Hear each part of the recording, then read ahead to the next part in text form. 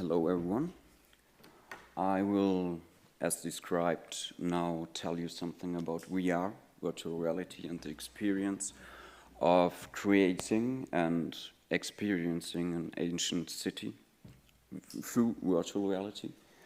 And at first I will show you a short video that I recorded of my application.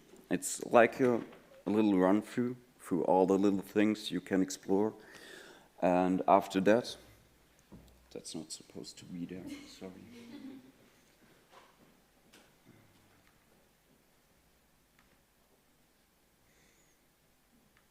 I hope that works.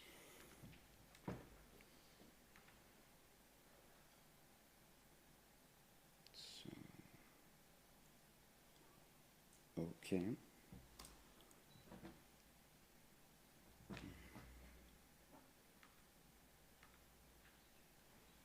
Yeah, that's me.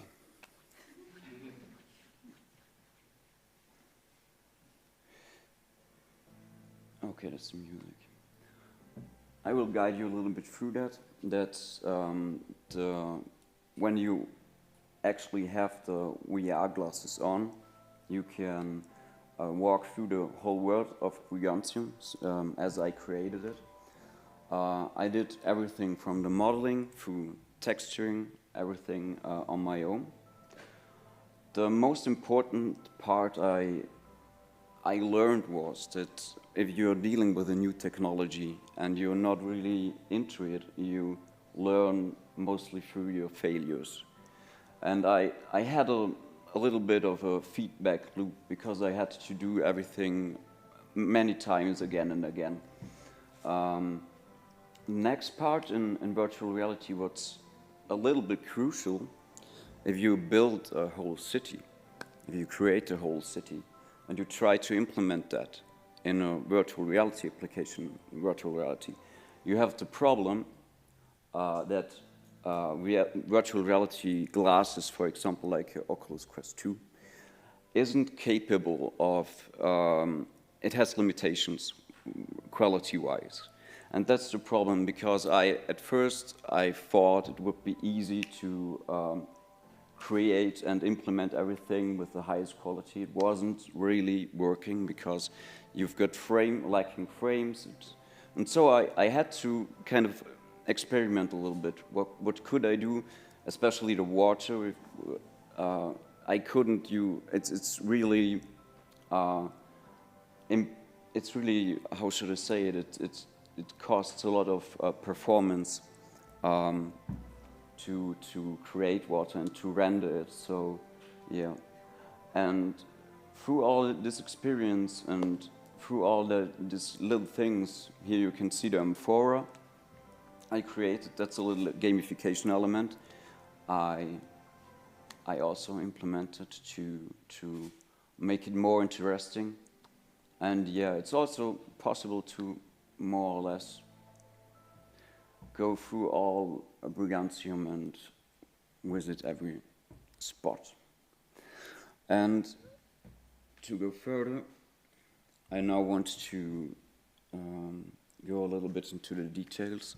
At first, it was very crucial for me to define a problem at my studies. That's an intermedia.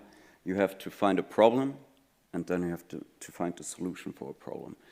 And the problem I defined was more or less that in the sector of museology, it's kind of, it is used, virtual reality is used, but it's not used to its full potential.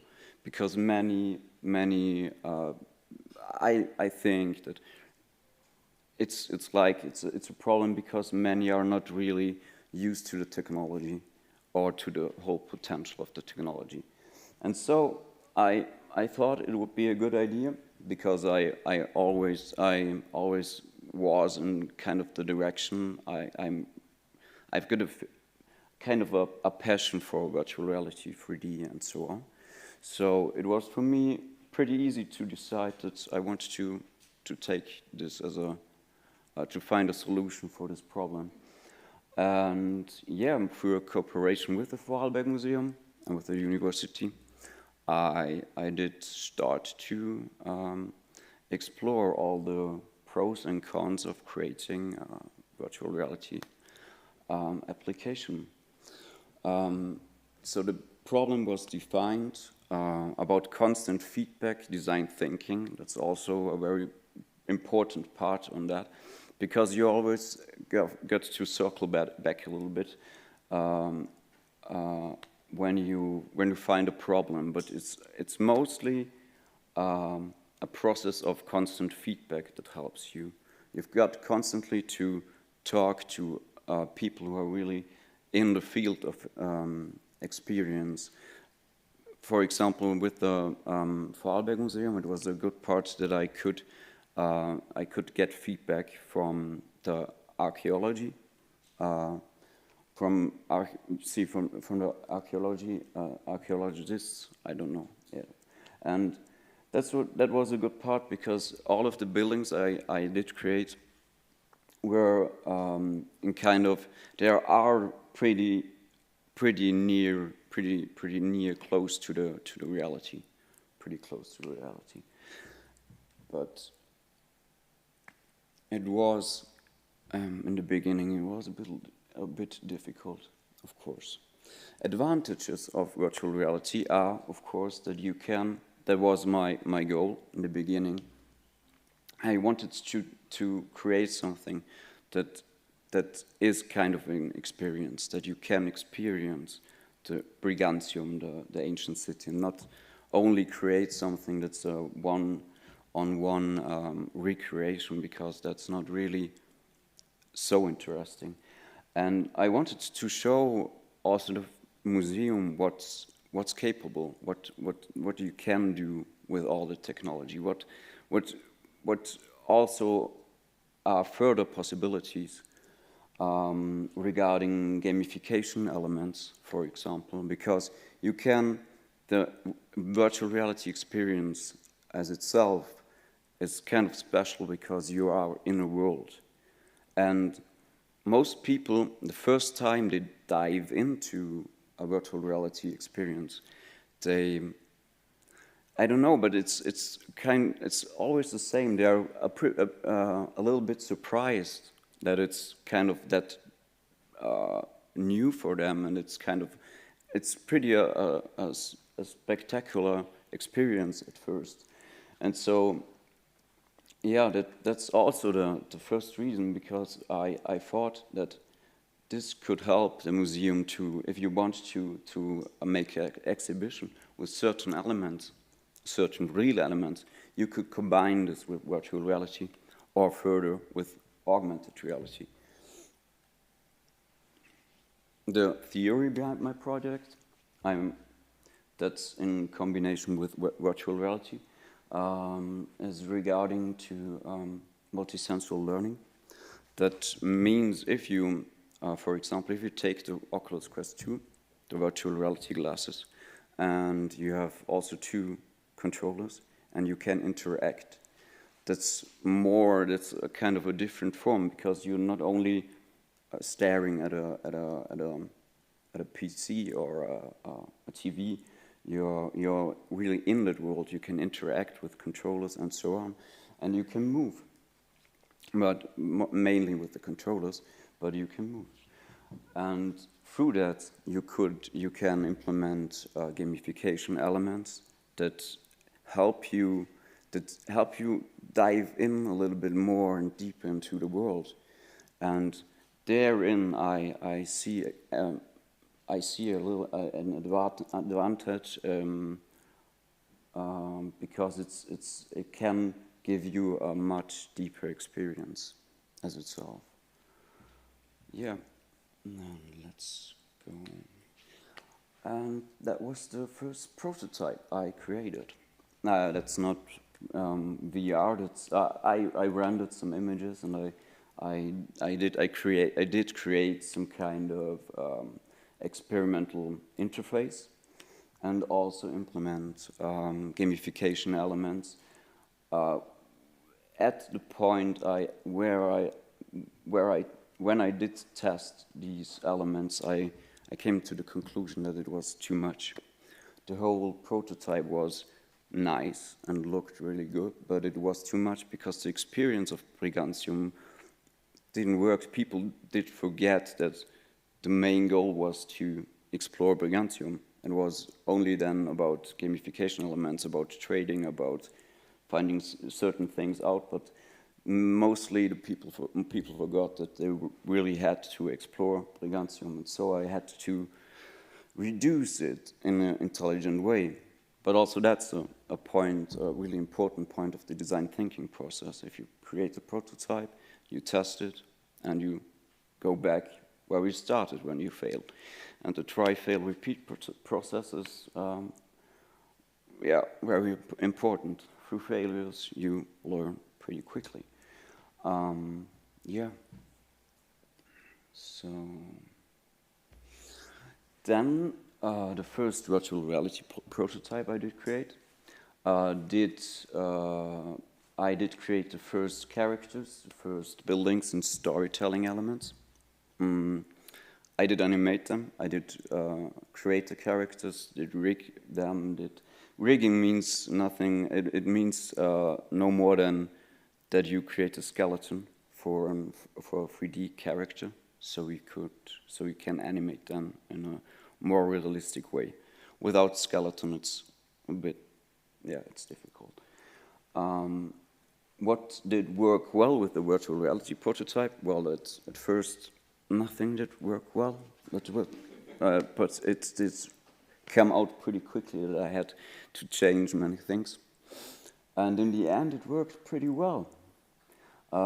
Problems that were identified were, of course, the quality and the performance problem of the VR glasses as itself, because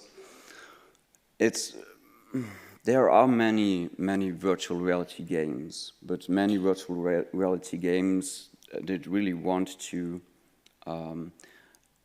be in some kind special, that don't decide a realistic way to portray things. They decide a special style, because you can't really create a whole game with and portray a realistic environment.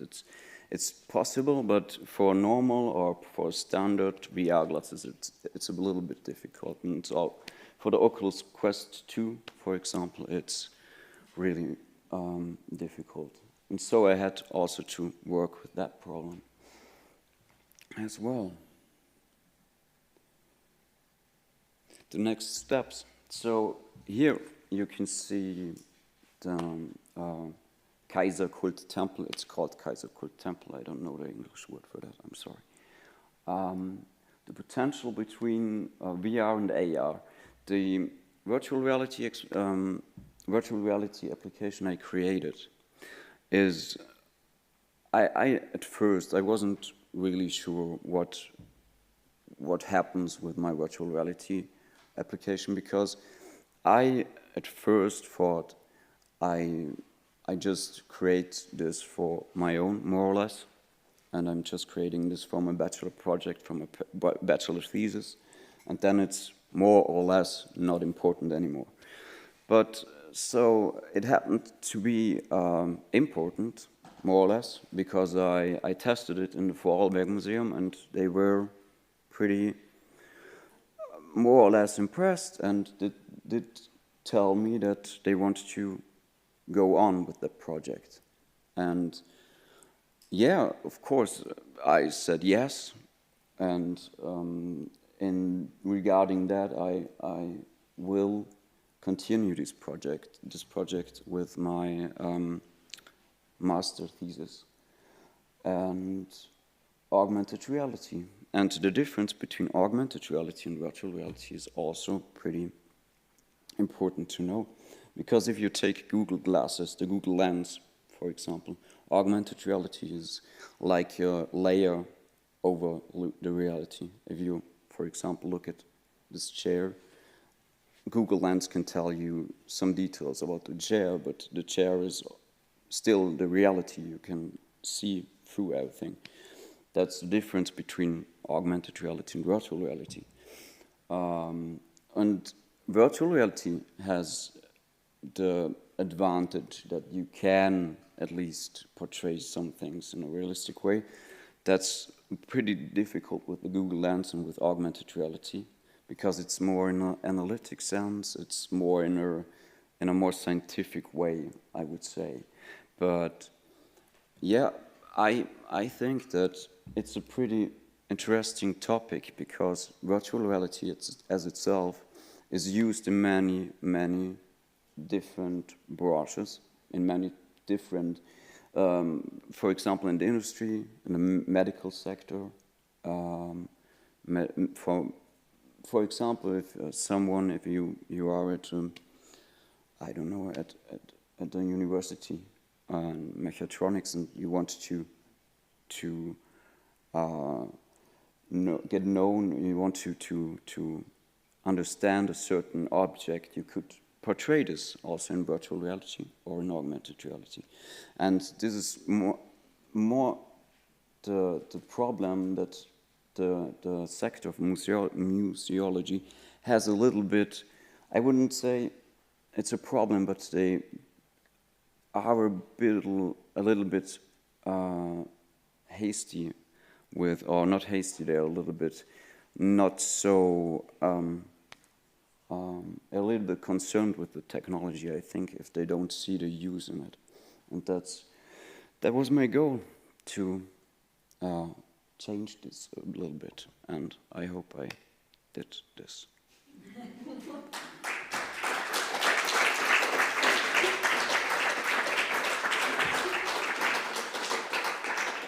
And I'm open for questions now. Yes, we've got some more minutes, so yeah. Maybe the audience has got a question. Yeah, there's a question. Yeah. Characters, what programs do you use, like ZBrush or ZBrush at first, and later, when my time was running out, or the time of my project was running out, I did use Mixamo. I don't know if you know that. Mixamo is pretty easy because you can more or less, it's not as complicated because you don't have to sculpt anything, you don't have to, because creating a character as itself is pretty complicated. And yeah, I would say Mixamo helped me regarding that, because I hadn't that time to do everything on my own. Yeah. Yeah. Did you, like, I'm really interested how to immerse people in this kind of like virtual space that is obviously digital, but in my experience, you can be pulled into these things through performance and through sound and these kind of things. Of course. How did you work with actors, and did you use field recordings to kind of like create the reality there, or how did you approach that? No, I did not work with actors, but I did work with a lot of people who are pretty, how should I say it, who know the field of virtual reality pretty well. Because it's also a problem if you have a certain person that has never experienced virtual reality, then it's always a new and astonishing thing. And it has nothing to do with what you created in the first place. It's simply because of the technology. The noise, exactly. Yeah. No, that I didn't do that, but I did get a lot of feedback, and I did test a whole lot. And I also have to say, regarding immersion, I think a pretty good part of the immersive field does your brain. Because if you're completely, I don't know, locked up into this glass, these Google or, I don't know, Oculus Quest glasses, your brain tells you that that's your reality right now. And therefore, it doesn't have to be 100% realistic. I think that's an important point. It's not a representation of reality. No, yeah. Of course not. So I wonder if it would have been an approach to really separate from the intention to recreate reality. So would it have been an approach to create a completely abstract representation of Brigantium, or try to find other metaphors and maybe not stick to the realistic representation? Of course.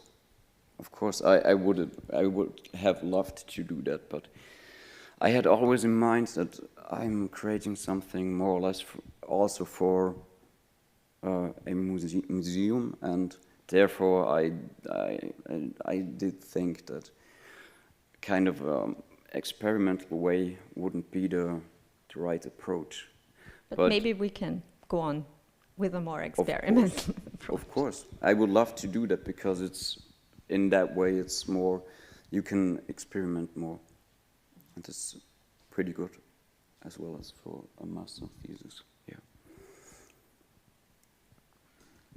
Okay. Any more? Thanks.